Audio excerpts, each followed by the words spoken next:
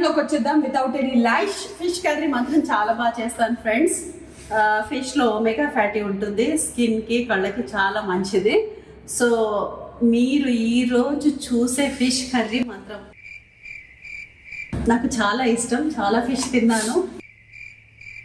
నాకు ఇష్టమైన food ఫిషే. So అందుకని చెప్పేసి ఫస్ట్ మా పాప బ్లాగ్ లో నేను చేస్తున్నాను ఫిష్.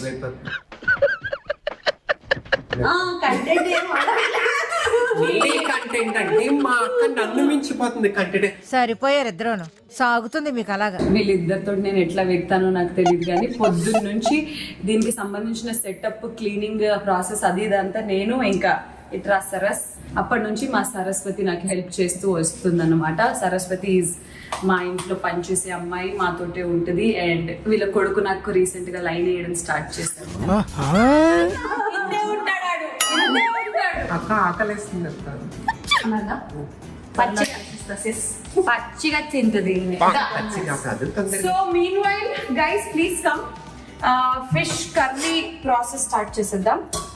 ఫిష్ కర్రీకి చేసే కన్నా ముందు ఫస్ట్ ఇది కదమ్మా, ఫస్ట్ జీలకర్ర మెంతులు దోరగా వేయించుకోవాలి.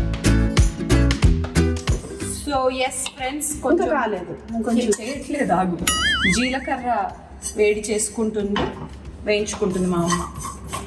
మమ్మల్ని కూడా చూపించు, నేను రెడీ అయినా. మేము కూడా ఉన్నాం తినడానికి గైస్. యాక్చువల్లీ నాకు చేపల కూర అంటే చాలా ఇష్టం. పైగా అక్క చెప్పింది ఆంధ్ర చేపల పులుసుకి తెలంగాణ చేపల పులుసుకి చాలా తేడా ఉంది. మీరు తినే చేపల పులుసు ఎట్లుంటుంది? మేము తినే చేపల పులుసులో నేను తింటాను కాబట్టి చేయను కాబట్టి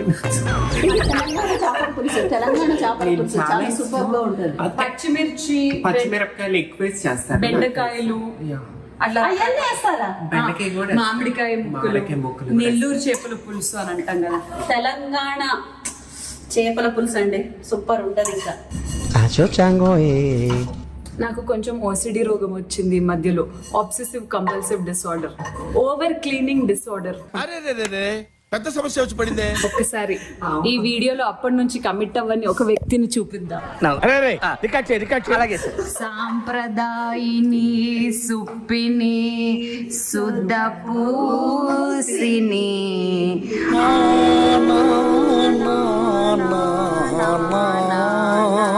అన్నా ఏదన్నా మాట్లాడన్నా, అన్నా ఏదన్నా ఒక్కటన్నా.